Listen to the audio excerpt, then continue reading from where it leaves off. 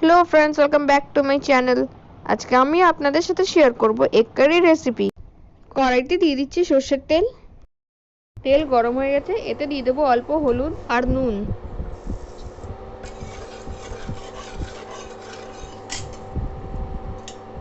এবার ছেড়ে দিচ্ছি সেদ্ধ করে রাখা ডিম। ডিমগুলোকে উল্টে পাল্টে ভালো করে ফ্রাই করে নেব।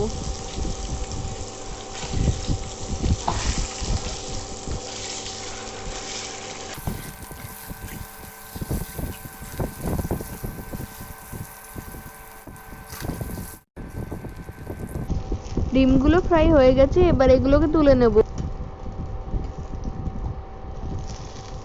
ডিম ভাজার তেলে অ্যাড করে দিচ্ছি আরো অল্প তেল। দিয়ে দিচ্ছি গোটা জিরে,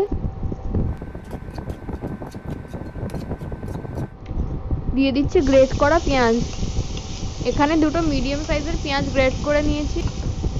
পেঁয়াজগুলোকে 5 মিনিটের জন্য ভেজে নেব।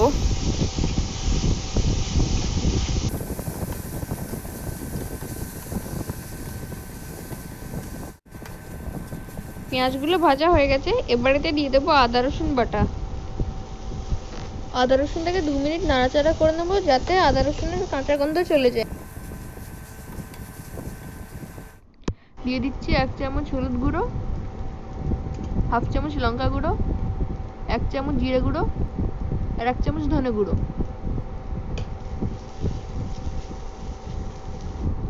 অল্প জল দিয়ে মশলাটাকে কষিয়ে নিতে হবে।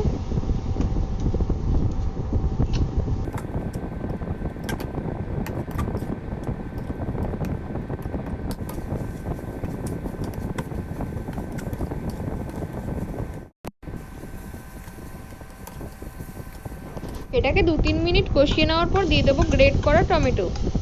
এখানে একটা টমেটো গ্রেট করে নিয়েছি। টমেটোটা ভালো করে কষিয়ে নেবো যতক্ষণ না মশলার থেকে তেল ছেড়ে আসে।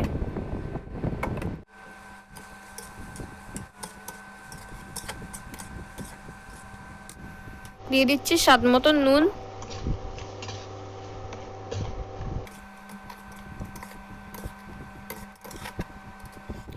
দিয়ে দিচ্ছি অল্প চিনি।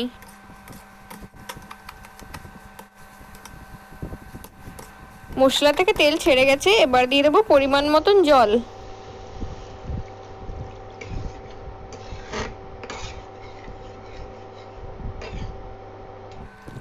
এটাকে ঢাকা দিয়ে 2-3 মিনিটের জন্য ফুটতে দেব। ঝোল ফুটে উঠেছে, এবার দিয়ে দিচ্ছি ভেজে রাখা ডিম।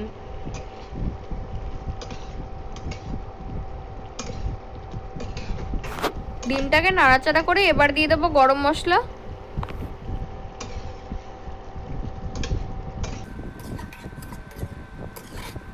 এটাকে 2 মিনিট ঢাকা দিয়ে হতে দেবো। এই এগ কারিতে লুচি, পরোটা, রুটির সাথে খেতে অসাধারণ লাগে। তৈরি এগ কারি। ভিডিওটা ভালো লাগলে লাইক করবেন, শেয়ার করবেন আর চ্যানেলটাকে সাবস্ক্রাইব করবেন। পাশে থাকা বেল আইকনটি অবশ্যই ক্লিক করবেন আরও এরকম ভিডিওস পাওয়ার জন্য।